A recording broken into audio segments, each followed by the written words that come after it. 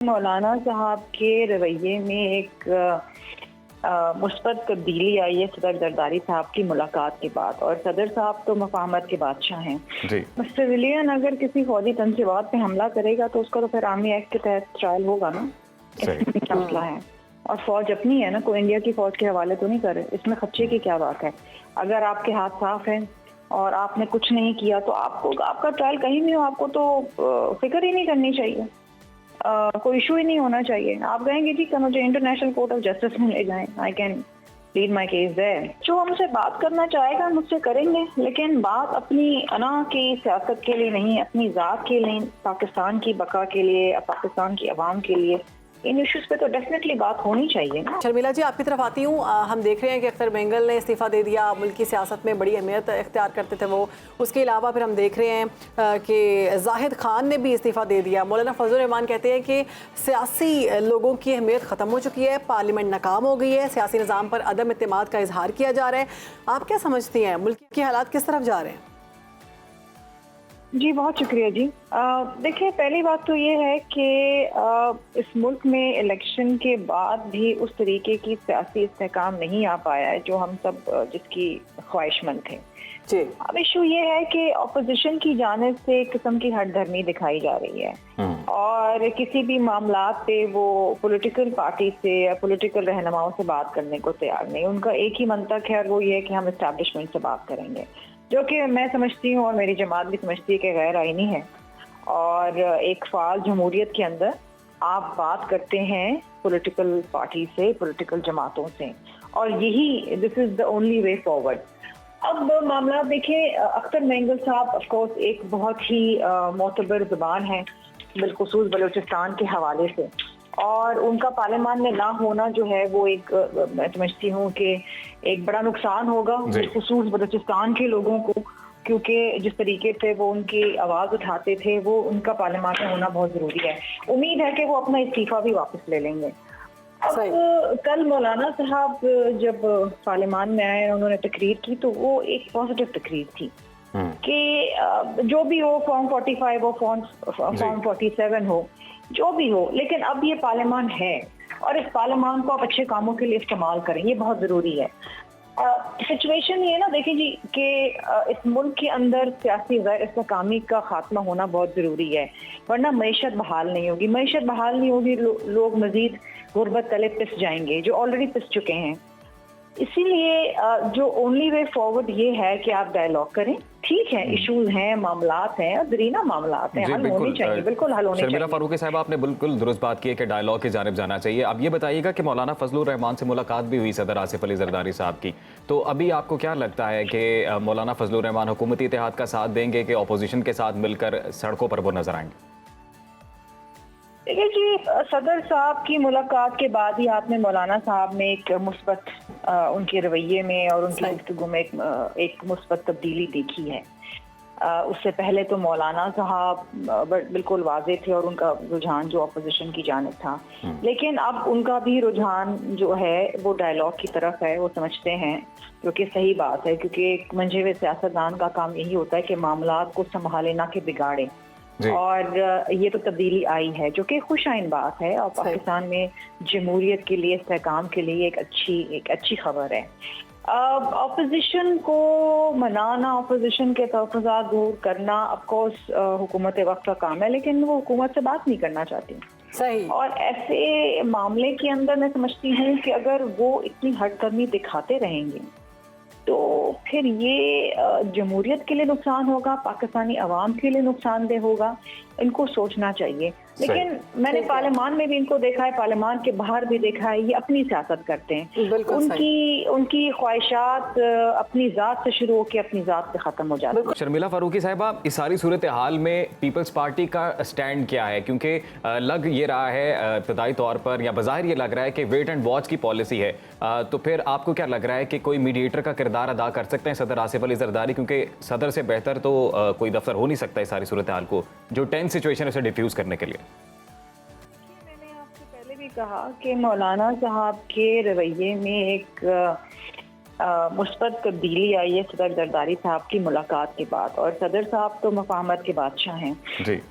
उन्होंने मुश्किल से मुश्किल हालात में पाकिस्तान को जमहूरी अमल के ऊपर लेके गए, जहां पर we had come to point of no return. आपको याद होगा शहीद बीबी की शहादत के बाद तो पाकिस्तान ना खप्पे के नारे लग रहे थे, लेकिन वहां पर सदर जरदारी साहब ने अपनी तकलीफ को एक तरफ रख के पाकिस्तान के लिए, पाकिस्तान की बका के लिए और जमहूरियत के लिए और बीबी के मिशन को आगे करने के लिए उन्होंने पाकिस्तान खप्पे का नारा लगाया।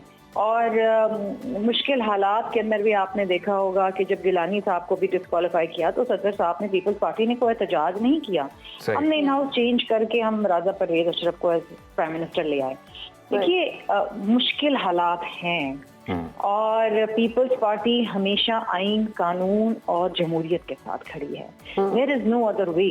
पीपल्स पार्टी की सियासत उसूलों की सियासत होती है। हम अच्छे कामों के साथ, अच्छी लेजिस्लेशन के साथ, जमहूरियत के साथ, आवाम के मसाइल के हल के साथ। आपने शर्मिला साहिबा बिल्कुल सही बात की कि पीपल्स पार्टी जो है वो जमहूरियत पे बिलीव करती है, पार्लियामान की सियासत करती है। और जैसा भी आपने खुद ही बताया कि मौलाना फजलुर रहमान से बातचीत हुई है सदर आसिफ जरदारी की, उसके बाद कोई मुस्बत पेशरफ्त हुई है, तो ये कहिएगा कि सिर्फ बाकी अपोजिशन जमातों के लिए दरवाजा खुला है या पीटीआई के साथ भी कोई बातचीत हो सकती है? किसी जो हमसे बात करना चाहेगा मुझसे करेंगे, लेकिन बात अपनी अना की सियासत के लिए नहीं, अपनी ज़ात के लिए, पाकिस्तान की बका के लिए, पाकिस्तान की आवाम के लिए इन इश्यूज पे तो डेफिनेटली बात होनी चाहिए ना। और ये एक बहुत ही इस वक्त पाकिस्तान के अंदर आप देखिए ना, आप एक मकरूज मुल्क हैं, आप चंद बिलियन डॉलर्स के लिए आप IMF के सामने सर नगू हैं। मतलब this is a nation of 24 crore people और हमारी इतनी रोबस्ट आर्मी है, हमारे बिलियंस ऑफ डॉलर्स की इकोनॉमी है, लेकिन हम चंद बिलियन रुपए के लिए हम IMF के सामने मकरूज हैं। मैं हमेशा एक चीज सोचती हूँ कि आप मुझ समेत, मेरे 6 साल के बेटे समेत हम सब 2,80,000 रुपए के मकरूज हैं। वो बच्चा जो आज पैदा हो रहा है उसको ये पता नहीं है, लेकिन वो ठीक है मकरूज पैदा हो रहा है। शर्मिला जी आपसे और निज़ामी साहब आप दोनों से मेरा सवाल ये है, शर्मिला जी सबसे पहले आपसे कि जुडिशल कू की जो तैयारी की जा रही है, जजेस की तादाद बढ़ाने के हवाले से, आप हुकूमत के इत्तेहादी हैं, आपका क्या मौक़िफ़ है इस हवाले से? और निज़ामी साहब इससे हुकूमत को क्या फ़ायदा है जजेस की तादाद बढ़ाने से और अपोजिशन को क्या नुकसान है? शर्मिला जी पहले आप और फिर निज़ामी साहब। देखिए, I don't know why would you look at it as a judicial coup. जजेस की तादाद अगर स्ट्रेंथ बढ़ाने की बात की जाती है, मुझे नहीं पता कि ऐसा कोई मूव है या नहीं है। हमसे इस बारे में अभी तक कोई हमें एतमाद में नहीं लिया गया। Of course private member bills definitely आए और प्राइवेट मेंबर बिल्स ट्यूसडे वाले दिन कोई भी मेंबर जमा कर सकता है, लेकिन अगर स्ट्रेंथ बढ़ती है तो अच्छी बात है। मुकदमा जल्दी चलेंगे, लोगों के मसाइल हल होंगे। आपको पता है इस वक्त हाई कोर्ट में, सुप्रीम कोर्ट में, लोअर कोर्ट्स में लाखों की तादाद में लिटिगेशन फंसी हुई हैं। साल लोग इंतजार करें। मेरे 1-2 सिविल लिटिगेशन हैं जो 18 साल हो गए अभी तक हल नहीं हो पा रहे, तारीखें पे लगती हैं, जजेस नहीं होते, बेंचेस नहीं बनते, डिस्चार्ज हो जाते हैं, रोस्टर लंबा होता है। तो अगर ज्यादा जज आ जाते तो ज्यादा अच्छी एडमिनिस्ट्रेशन होगी। Why would you look at it as a judicial coup? मतलब इसमें coup करने की क्या बात है? ये बिलखसूस पीटीआई ये कहती है कि ये जुडिशियल coup कर रही है। तो देखें, हर चीज पे सियासत करते हैं ना आप, उसके प्रोज एंड कॉन्स देखें। व्हाट इज प्रो ये है कि जी मुकदमात हल होंगे, मुकदमात लगेंगे, ज्यादा लोग होंगे। आप बात नहीं करते कि जी वजीर सूबे बनाए ताकि बेहतर एडमिनिस्ट्रेशन हो। बात करते हैं ना कि जी आबादियां बढ़ती चली जाती है। शर्मिला फारूकी साहब आपका पॉइंट आ गया। शर्मिला फारूकी साहब, आप जैसे माजिद निज़ामी साहब ने बात की है और अगेन अपोजिशन बिलखसूस पीटीआई का ये मौक़िफ़ है क्योंकि मखसूस नशिस्तों का फैसला आ चुका है, उसके बाद ये कानून साजी की जा रही है, तो इस वजह से थोड़ा सा जो है वो डाउट है। इस हवाले से पाकिस्तान पीपल्स पार्टी का क्या मौक़िफ़ है? और थोड़ा इस बात की भी वजाहत कीजिएगा कि जैसे आपने बोला कि जो जजेस की तादाद बढ़ाने से मुतल्लिक़ कानून साजी है उसमें पीपल्स पार्टी को अभी तक एतमाद में नहीं लिया गया। नहीं जी, हमें नहीं मालूम कि कौन सा किस किस्म की कोई कानून साजी ला रहे हैं। मैंने आपको बताया कि as a private member I think CMLN के 1-2 लोगों ने ये प्राइवेट बिल पेश किया है पार्लियामान में और फिर वो कमेटी के पास गया है। कमेटी के अंदर तमाम जमातों के लोग होते हैं, वो डिस्कस करेंगे कि आया ये बिल होना चाहिए, नहीं होना चाहिए, फिर दोबारा ये पार्लियामान के अंदर आएगा, पास होता है नहीं होता, ये तो बात की बात है।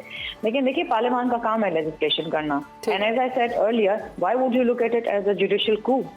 आप इसको इस तनाजुर में देखिए ना, इस पस मंजर में, जैसे आपके मोहतरम गेस्ट फरमा रहे थे कि इसको आइसोलेशन में नहीं देखा जाता। मैं भी ये कह रही हूँ, आइसोलेशन में नहीं देखें, आप इसको बड़े पस मंजर के अंदर देखें कि मुल्क के अंदर ये शिकायत है लोगों मुझ समेत कि जी लाखों की तादाद में मुकदमात होते हैं और वो चलते नहीं है। मेरा अपना केस, एक जमीन का लिटिगेशन चल रही है, 18 साल हो गए हैं। मेरे वालिद साहब चलाते थे, मेरे वालिद साहब को इंतकाल हुए 3 साल हो गया, अब मैं चला रही हूँ। आई एम द वन, पता नहीं मेरी जिंदगी के अंदर भी वो हल होगा कि नहीं ठीक है। होगा। शर्मिला तो फारूकी देखिए, साहबा, बात अभी ये है आपने कि बड़ी ये खूबसूरत मिसाल दी कि आपका अपना केस 18 साल से है, तो पीपल्स पार्टी तो कई बार इक़्तिदार में रही, गालिबन इन 18 सालों में तो कई बार मौका ऐसा बना होगा कि कोई कानून साजी ऐसी कर ली जाए कि जिसमें खुद जो जमात के मतलब प्रिविलेज क्लास समझा जाता है, जो हमारे मेंबरान हैं पार्लियामेंट के, कम अज़ कम उनके केसेस तो हल हों। देखिए बिल्कुल, but again it requires a constitutional amendment ना, और कॉन्स्टिट्यूशनल अमेंडमेंट 2/3 मेजोरिटी से होती है। पीपल्स पार्टी के पास कभी भी 2/3 मेजोरिटी नहीं रही, और अगर रही भी है तो फिर वो कोलिशन के अंदर रही है। कभी पीएमएलएन मानते नहीं थे, कभी कुछ नहीं मानते थे। I am not saying particularly in the case of increasing the strength of the जजेस, बट अगेन डिफरेंट इश्यूज के ऊपर हम तो ये भी चाहते थे कि नैप को खत्म करके ट्रूथ एंड रिकंसिलिएशन कमीशन बनाया जाए, लेकिन पीएमएलएन नहीं मानी उस दौर में। हमारे पास तो अच्छे से अच्छे वक्त के अंदर भी 2/3 मेजोरिटी नहीं रही ना। अगर हम एक सिंगल जमात होते और हमारे पास 2/3 मेजोरिटी, शायद हम बहुत अच्छे काम कर लेते। ठीक है, लेकिन जब आप कोलिशन पार्टनर के साथ होते हैं तो आपको उनकी भी सुननी पड़ती है। जी ठीक है। शर्मिला फारूकी साहबा, आप क्या कहेंगे इस हवाले से कि बानी पीटीआई जो बयान दे रहे हैं, जब भी सहाफ़ियों से वो गुफ्तगू कर रहे हैं, तो वो इस बात का इंदिया दे रहे हैं, उन्हें ये खदशा है कि उनका अब मामला जो केस है 9 मई से मुतल्लिक वो मिलिट्री कोर्ट में जाने वाला है, क्योंकि लेफ्टिनेंट जनरल रिटायर्ड फैज़ हमीद जो है वो हिरासत में है, और मुबैना तौर पर कहा यह जा रहा है कि चूंकि वो रिटायरमेंट के बाद भी मुदाखलत करते रहे हैं सिविल मामलात में, तो उस हवाले से वो वादा मुआफ गवाह बन सकते हैं। तो पीपल्स पार्टी चूंकि जमहूरियत पे यकीन रखती है, जमहूरी सियासत पे यकीन रखती है, तो अगर साबिक वज़ीर आज़म है बानी पीटीआई, तो अगर उनका मामला मिलिट्री कोर्ट्स में जाता है, पीपल्स पार्टी का क्या स्टैंड होगा इस पर? देखिए जी, सिविलियन अगर किसी फौजी तंजीबात पे हमला करेगा तो उसका तो फिर आर्मी एक्ट के तहत ट्रायल होगा ना, इसमें मसला है। और फौज अपनी है ना, कोई इंडिया की फौज के हवाले तो नहीं करे, इसमें खर्चे की क्या बात है। अगर आपके हाथ साफ है और आपने कुछ नहीं किया तो आपको, आपका ट्रायल कहीं भी हो, आपको तो फिक्र ही नहीं करनी चाहिए, कोई इशू ही नहीं होना चाहिए। आप कहेंगे जी कि मुझे इंटरनेशनल कोर्ट ऑफ जस्टिस में ले जाएं, I can plead my case there, but if you are guilty तो फिर आप घबराएंगे, डरेंगे कि मेरा मुकदमा यहाँ ना ले जाए, वहाँ ना ले जाए, फलाना। हमने जी बड़े बड़े मुकदमा फेस किए हैं, नैप को फेस किया है, तो जरदारी साहब जो है मुल्क छोड़ के नहीं गए, 11.5 साल जेल में रहे, फेस किया मुकदमा को, बाइज्जत बरी हुए। तो ये मैं समझती हूँ कि ये डर, खौफ, आई डोंट नो क्यों होना तो नहीं चाहिए। शर्मिला जी, अभी जाते जाते एक कमेंट आप दे दीजिएगा। बानी पीटीआई कहते हैं कि अगले 2 महीने ये हुकूमत ख़त्म हो जाएगी और फिर पीटीआई का राज होगा। आप समझते हैं कैसा सूरत हाल देख रही हैं आप? देखिए, बात ये है कि ये जो अफवाहें फैलाई जाती हैं, हुकूमत 2 महीने की, 3 महीने बाद खत्म, फलां, कभी ये कहते हैं सितंबर के महीने में, अक्टूबर के महीने में हुकूमत का खात्मा हो जाएगा, फिर ये कहते हैं कि जी सितंबर अक्टूबर के अंदर हमारा मिलिट्री ट्रायल होगा। इनमें खुद बहुत कंफ्यूजन है, और ये इस किस्म के फीलर्स छोड़ते हैं अवाम में मजीद कंफ्यूजन फैलाने के लिए, विच इज़ अनफॉर्चुनेट। आप नुकसान कर रहे हैं पाकिस्तानी अवाम का। सियासी गैर-इस्तेकामी फैलाने के अंदर आप अपना जो ये एक मनफी किरदार अदा कर रहे हैं, ये कौम देख रही है और ये कौम माफ़ नहीं करेगी।